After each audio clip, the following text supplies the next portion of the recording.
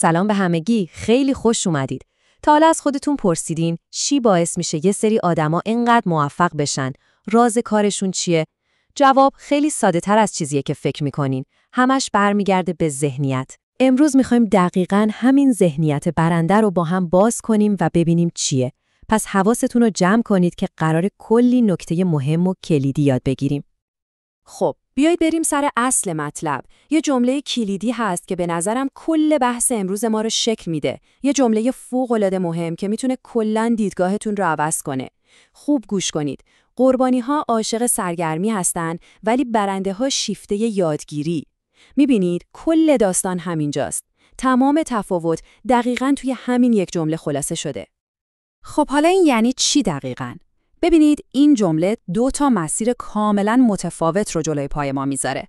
یه مسیریه که ما دائما دنبال لذت‌های لحظه‌ای و سرگرمی میگردیم.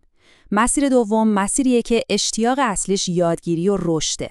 سوال اینه، شما تو کدوم مسیر دارید قدم برمی‌دارید؟ یه نگاه به دنیای اطرافمون بندازیم.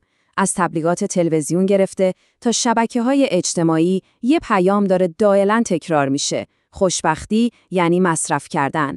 به ما میگن اگه اون لباس جدیده، اون ماشین لوکسه یا اون سفر رویایی رو داشته باشی، دیگه خوشحالی. انگار یه ماشین غول پیکر طراحی شده که فقط ما رو به سمت مصرفگرایی هل بده. و این دقیقاً همون نقطه‌ایه که ذهنیت قربانی توی یه چرخه خیلی خطرناک گیر میکنه. یه چرخه که بهش میگیم تله دوپامین ارزان. حالا بیایید با هم ببینیم این چرخه چطوری کار میکنه. فرایندش خیلی ساده و در عین حال فریبنده است. شما یه تبلیغ میبینید و ناخودآگاه احساس میکنید یه چیزی تو زندگیتون کمه. برای اینکه این خلأ رو پر کنید، یه چیزی مصرف میکنید که یه لذت آنی بهتون بده، همون دوپامین. اما مشکل اینجاست که این حس خوب خیلی زود از بین میره و شما دوباره برمیگردید سر خونه اول، تشنه یه لذت آنی دیگه. نکته حیاتی دقیقاً اینجاست. توی این چرخه شما دیگه کنترل زندگیتون دست خودتون نیست. این رسانه‌ها و تبلیغاتن که به شما دیکته میکنن کی احساس کمبود کنید و برای خوشحال شدن چی باید بخرید. در واقع شما اختیار خودتون رو از دست میدید. خب، پس راه جایگزین چیه؟ اینجا دقیقاً جاییه که مسیر برنده ها شروع میشه. یعنی یادگیری رو به اشتیاق اصلی زندگیشون تبدیل میکنن و اینجاست که بازی کاملاً عوض میشه. وقتی از یادگیری حرف میزنیم منظورمون فقط کتاب خوندن یا ویدیو دیدن نیست. نه، منظورمون استخراج کردن درس‌های واقعی از هر اتفاق زندگیه. یادگیری عمیق یعنی از شکست‌ها، از پشیمونی‌ها و از تجربیاتت یه خردی به دست بیاری که تو رو قوی‌تر کنه. بیایید تفاوت این دو نوع یادگیری رو یکم دقیق‌تر ببینیم. یادگیری سطحی یعنی چی؟ یعنی دنبال کردن محتوای وایرال و نظراتی که همه دارن تکرارش میکنن. این نوع یادگیری شما رو تو همون سطح متوسط نگه میداره. اما یادگیری عمیق یعنی شما خودتون میری دنبال منابع مختلف، تحلیل میکنید و به یه بینش منحصر به فرد میرسید که باعث رشد واقعی شما میشه. اینجاست که اهمیت یادگیری عمیق خودش رو نشون میده. توی دنیایی که همه دارن محتوای یکسانی رو مصرف میکنن و تقریباً شبیه به هم فکر میکنن، کسی که عمیق میشه و متفاوت فکر میکنه یه مزیت رقابتی بی‌نظیر به دست میاره. اینا روش‌های عملی برنده هاست. میدونید اونا از اشتباه کردن فرار نمیکنن. اصلاً برعکس، هر شکست براشون مثل یه جور واکسنه، یه واکسن روانی که جلوی اشتباه‌های بزرگتر آینده رو میگیره. اونا برای خودشون سیستم میسازن، یه چارچوب درست میکنن که مطمئن بشن یه اشتباه رو دیگه دوبار تکرار نکنن.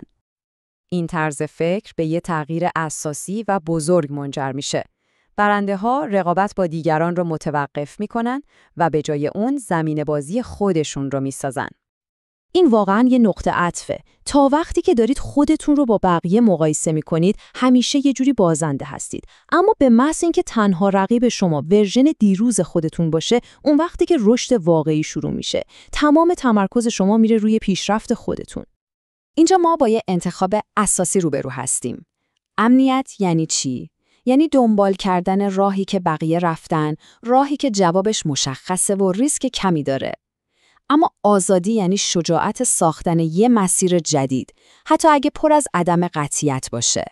برنده ها همیشه آزادی رو انتخاب میکنن، چون خلاقیت و رشد واقعی فقط و فقط در آزادی اتفاق میفته. و این ما رو به اوج ذهنیت برنده میرسونه. این یعنی نهایت در دست گرفتن کنترل زندگی. خیلی از ما منتظریم تا به یه شرایط ایدئال بیرونی برسیم، یه بهشتی که فکر میکنیم قراره تمام مشکلات ما رو حل کنه. اما این بزرگترین اشتباه ممکنه.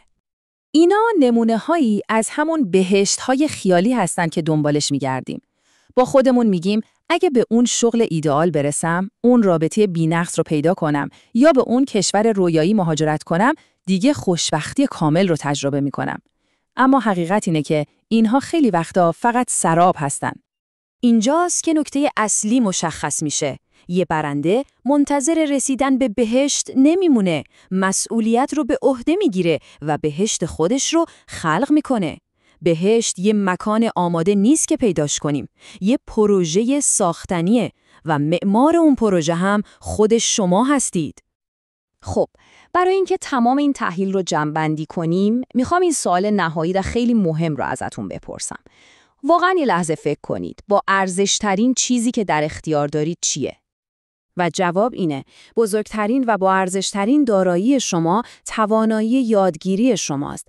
تا زمانی که میتونید یاد بگیرید، تمام سرمایه لازم برای ساختن هر چیزی رو در اختیار دارید. چون دانش یعنی قدرت، پس از این بزرگترین داراییتون استفاده کنید و برید بهشت خودتون رو بسازید.